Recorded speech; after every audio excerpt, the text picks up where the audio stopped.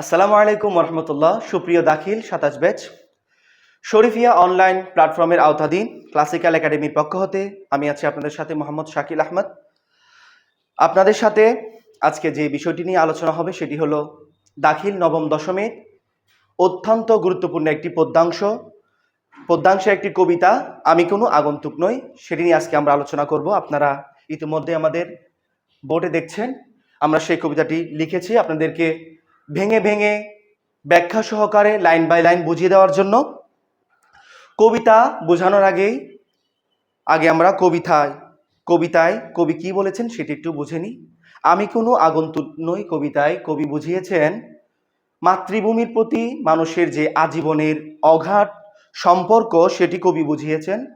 কবিতায় কবি লিখেছেন, আহসান হাবিব লিখেছেন মাতৃভূমির সব কিছু যেভাবে কবিকে চেনেন, কবি মাতৃভূমির সব কিছুকে কবি চেনেন এবং তার গায়ের রস গন্ধ, মাতৃভূমির ফুল, ধানের মঞ্জরি কবিকে চিনেন, কবি তদ্রূপভাবে তাদেরকে চিনেন। শুধু তাই নয়, কবি মাতৃভূমির মধ্যে যেভাবে প্রকৃতিকে চিনেন সেভাবে মাতৃভূমির মানুষকেও চিনেন কবি। সে সম্পর্কে আজকে আমরা আলোচনা করব। শুরুতে আমরা চলে যাচ্ছি কবি পরিচিতিতে, যেহেতু এটা নিয়ম আমরা সবাই জেনে নিই। কবিতাটি লিখেছেন আহসান হাবিব, বাংলা সাহিত্যের একটি অত্যন্ত গুরুত্বপূর্ণ ব্যক্তিত্ব আহসান হাবিব, যিনি জন্মগ্রহণ করেছেন 1917 সালের 2রা জানুয়ারি। তিনি জন্মগ্রহণ করেছেন, আপনাদের এইটা পরীক্ষায় আসবে, এমসিকিউ হিসাবে আসতে পারে জন্মসাল মৃত্যুসাল, এবং মৃত্যুবরণ করেছেন 1985 সালের 2ই জুলাই কবি মৃত্যুবরণ করেছেন। আপনারা এগুলো ভালো করে কবি পরিচিতিকে পড়ে নেবেন, সুন্দর করে দেখে নেবেন, তাহলে আপনারা পরীক্ষায় আনসার করতে পারবেন। তদুপরি তিনি ছিলেন বাংলা সাহিত্যের একজন দূরদর্শী কবি। কবির জীবনের প্রথম কাব্য রাত্রি শেষ, এটি দিয়ে কবি লিখিত জীবনে পদার্পণ ঘটে। তার সাথে আরো রয়েছে ছায়া হরিণ, সারা দুপুর, আশায় বসতি কবির কাব্যগ্রন্থ। এবং কবি শুধু তাই নয়, ছোটদের জন্য কবিতার বই লিখেছেন। তার মধ্যে রয়েছে জ্যোৎস্না রাতের গল্প, ছুটির দিনে দুপুরে, আর কবির কৈশোর পাঠ্য একটি উপন্যাস রয়েছে যেটির নাম হলো রানী খালের সাঁকো। এটি হলো কবির কৈশোর পাঠ্য উপন্যাস।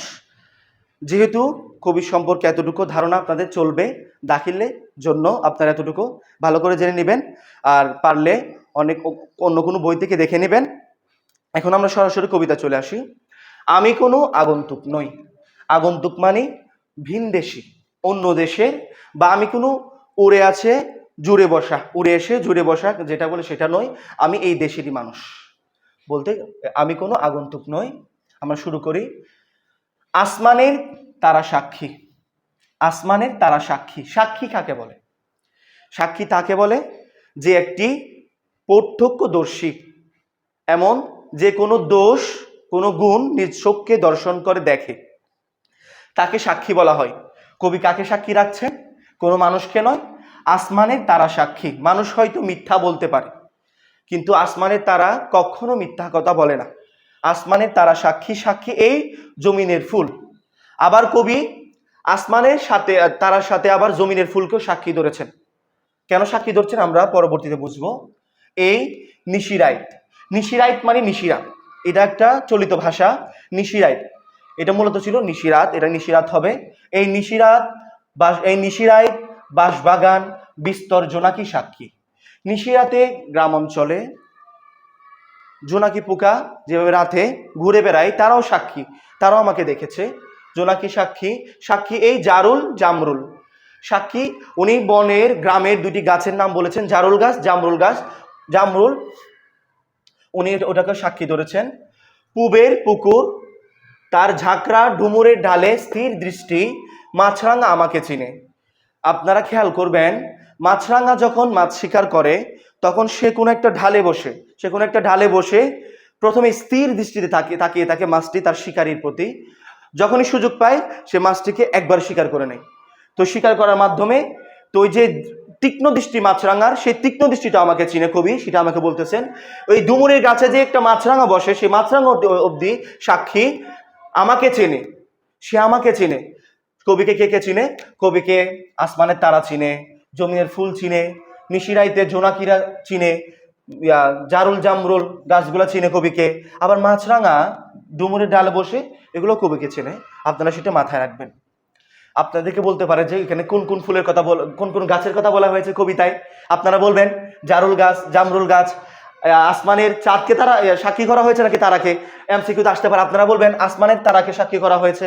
আবার কোন পাখিকে কবি সাক্ষী করেছেন? মাছরাঙা। আপনারা এগুলো বলতে পারবেন। আমি কোনো অভ্যাগত নই। অভ্যাগত মানে বাহিরের মানুষ নয়, আমি একজন ভিতরের মানুষ, আমি কোনো বাইরের মানুষ নই, অভ্যাগত নই। খোদার কসম, কবি কিন্তু এগুলাকে সাক্ষী বলেছেন, কসম দেননি। উনি সরিয়া নিয়মেই খোদার কসম করেছেন, অন্য কিছুর কসম করেননি। অনেকে বুঝিয়েছেন যে তিনি আসমানের কসম খেটেছেন, কিন্তু এটা ভুল। উনি খোদার কসম খেয়েছেন। উনি সরিয়া নিয়মেই খোদার কসম খেয়ে আমি ভিনদেশি পথিক নই। উনি নিজেকে খোদার কসম দিয়ে একবারে দৃঢ়তার সাথে তাকিদ দিচ্ছেন যে আমি ভিনদেশি নই, ভিনদেশি পথিক, মুসাফির আমি নই, আমি একজন বাংলাদেশী, আমি আমার মাতৃভূমির একজন সন্তান, আমি কোনো আগন্তুক নই। আবার বলতেছেন কবি, এটি কবির স্পৃহা, আগন্তুক নই, আমি কোনো আগন্তুক নই। কবি কথাটি কবিতায় মোট 4 বার বলেছেন। আপনি এটা খেয়াল রাখবেন, এটা পড়বেন, কারণ আপনাদের এমসিকিউতে আসতে পারে আমি কোনো আগন্তুক নই কথাটি কবিতায় কতবার আছে? আপনারা 4 বার আছে, এটি দেখে নেবেন। আমি কোনো আগন্তুক নই, আমি কোনো বাহিরের মানুষ নই, আমি ভেতরের মানুষ, বাংলাদেশের মানুষ। আমি ছিলাম এখানে, আমি স্বপ্নিক নিয়মে এখানেই থাকি। বলতেছে মানুষ স্বপ্নের মাধ্যমে ঢাকা যায়, বাংলাদেশের বাহিরে যায়, ফ্রান্সে যায়, অথবা জার্মানে যায়, চীনে যায়, কিন্তু আমি এতটুকু বাংলাদেশ প্রেমী, আমি স্বপ্নের নিয়মে আমি এখানেই থাকি। মানে আমি বাংলাদেশে, আমি স্বপ্ন দেখি বাংলাদেশ নিয়ে, আমি অন্য কোনো দেশে যাই না, আমি বাংলাদেশেই থাকি।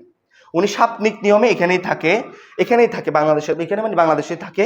এখানে থাকার নাম সর্বত্রই থাকা, সারা দেশে থাকা। মানে উনি কবির গ্রামে থাকে, মানে পুরো বাংলাকে তিনি চিনেন।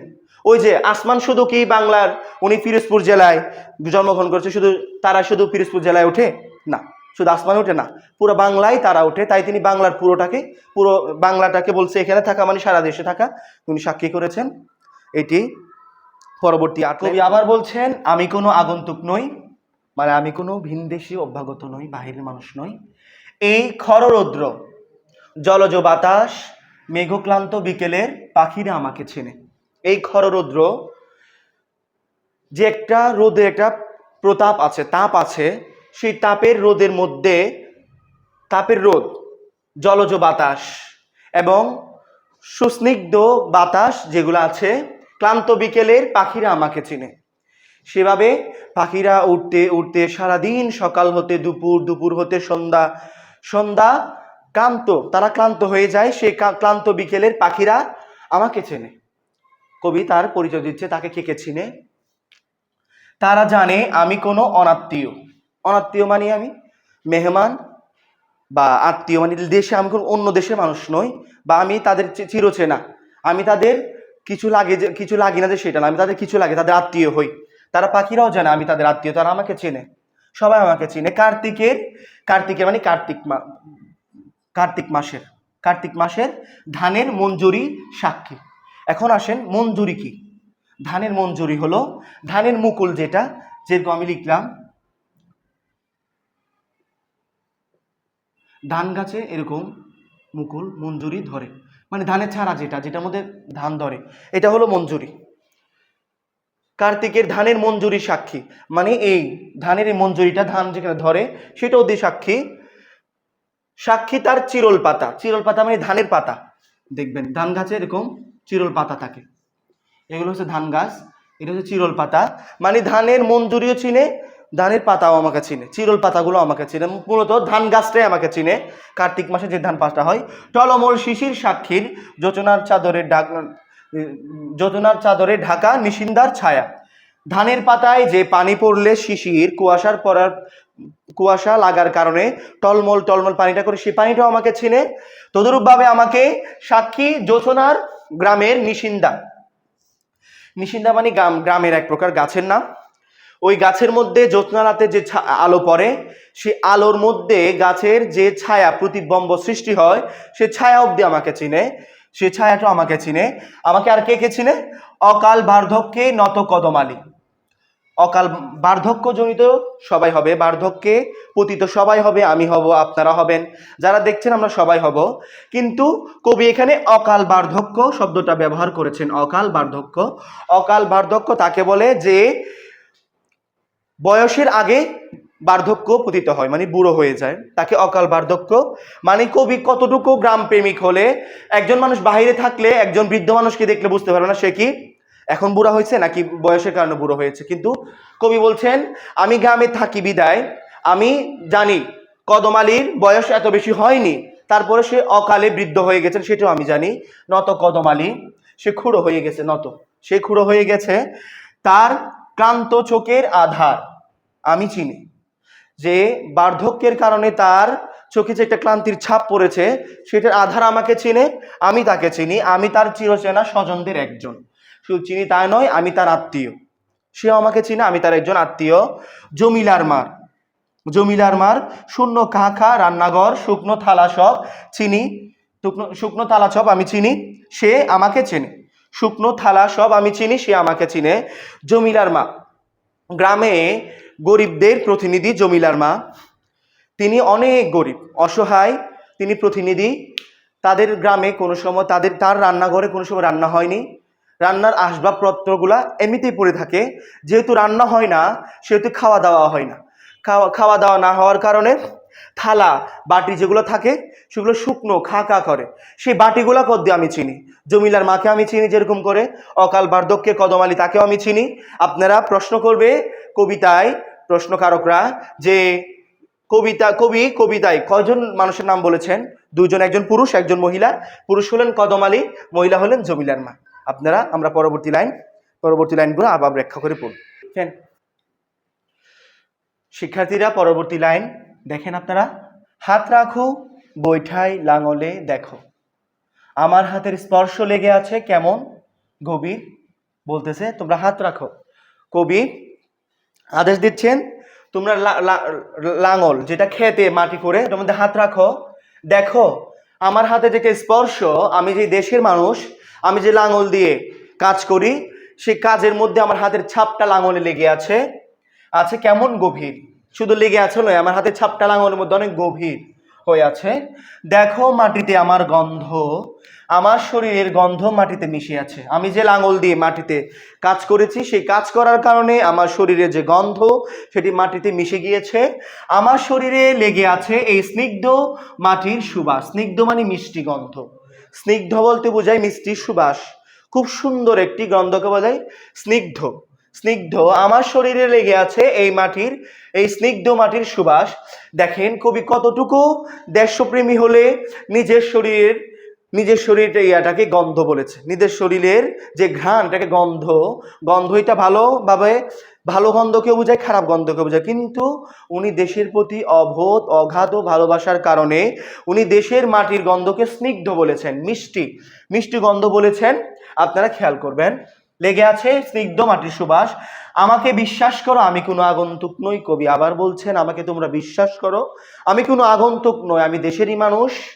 দুপাশে ধানের ক্ষেত দিয়ে, দুই পাশে যে ধানের ক্ষেত, সরু পথ, আইল বলে আমরা ধানের ক্ষেত, ধরুন এটা ক্ষেত তো মধ্যখান দিয়ে সরু একটা রাস্তা চলে যায়, মধ্যখান দিয়ে সরু একটা রাস্তা চলে যায়, গ্রামের গঞ্জে দেখবেন, আমাদের গ্রামের গঞ্জে আছে, এটাকে আইল বলি আমরা। আপনারা কি বলেন কমেন্টে জানাবেন, আমরা এটাকে আইল বলি। এই সরু পথ, দুপাশে ধানের ক্ষেত, সরু পথ, সামনে ধুধু নদীর কিনার, ধুধু মরুভূমি হয়। এখন কবি নদীর কিনারটাকে ধুধু বলেছেন কেন? যেহেতু নদী শুকিয়ে গেলে নদীর আশেপাশে বালু থাকে, মরুভূমিতেও বালু থাকে, সেটা ধুধু, ওই নদীর পাড়টাকে কবি ধুধু বলেছেন। ধুধু নদীর কিনার আমার অস্তিত্বে গাথা, আমি এই উধাও নদীর মুগ্ধ এক অবোধ বালক। বলতেছে এই দেশের ধান ক্ষেতের রাস্তা, আইল, নদীর কিনার, নদীর অস্তিত্ব, আমার সাগরের অস্তিত্বের সাথে আমার অস্তিত্ব একেবারে খাপটি মেরে আমার সাথে লাগানো, আমার অস্তিত্বে গাথা। আমি এই উধাও নদীর মুগ্ধ এক অবোধ বালক, মানে নদী আমার অস্তিত্বে গাথা, আমার অস্তিত্ব নদী গাথা। এই কবিতা মধ্যে কবি বোঝাতে চেয়েছেন জন্মভূমির সঙ্গে মানুষের আজীবনের সম্পর্ক, সেটি বুঝিয়েছেন। আপনারা প্রশ্ন করলে গ ঘতে দক্ষতা প্রয়োগ উচ্চতার দক্ষতার মধ্যে পাবেন যে লাইনটি কোথায় মিলতেছে, একটি উদ্দীপক দিয়ে দিবে আপনাদেরকে। কোনো একটি ধরেন কোনো রাসেল নামক এক বালক বিদেশে থাকে, তবু সে দেশকে বেশি ভালোবাসে, সে দেশের কথা চিন্তা করে, দেশকে ভালোবাসে, দেশের কথা চিন্তা করে, দেশের পাখি পশু পাখির কথা চিন্তা করে। এখন আপনাকে দক্ষতাতে দিবে, উচ্চতার প্রয়োগে দিবে। এই রাসেলের কর্মটি কবিতার কোন দিকের সাথে সাদৃশ্য? আপনি বলবেন মাতৃভূমির প্রতি অগাধ ভালোবাসা, মাতৃভূমির প্রতি আত্মার টান, এরকম করে দেখবেন। অবশ্যই আমাদের আজকে ক্লাসটি এখানে সমাপ্তি হলো। অবশ্যই আপনারা ক্লাসটি শেয়ার করবেন আপনাদের বন্ধুদের কাছে। দাখিল যারা পরীক্ষার্থী তাদের জন্য অত্যন্ত গুরুত্বপূর্ণ কিছু টপিক আমি এনেছি, যেগুলো অন্যান্য ভিডিওতে আপনারা পাবেন না, আমাদের ভিডিওতে আপনারা পাবেন। সুন্দর অনেকগুলো টপিক আমরা লিখে উদাহরণস্বরূপ ধানের মঞ্জুরিগুলো লিখে বুঝিয়ে দিয়েছি আপনাদেরকে। আপনারা শেয়ার করবেন, লাইক করবেন, কমেন্ট করবেন, সাবস্ক্রাইব করবেন আমাদের চ্যানেলটিকে, ক্লাসিক্যাল একাডেমি চ্যানেলটিকে আপনারা সাবস্ক্রাইব করবেন, আপনাদের বন্ধুদের মধ্যে শেয়ার করে ছড়িয়ে দিবেন, এবং আমাদের পরবর্তী ভিডিওর জন্য আপনারা অপেক্ষা থাকবেন। আমরা আপনাদেরকে দেওয়ার চেষ্টা করব ইনশাল্লাহ। আজকের ক্লাসের এখানেই সমাপ্তি। আসসালামু আলাইকুম।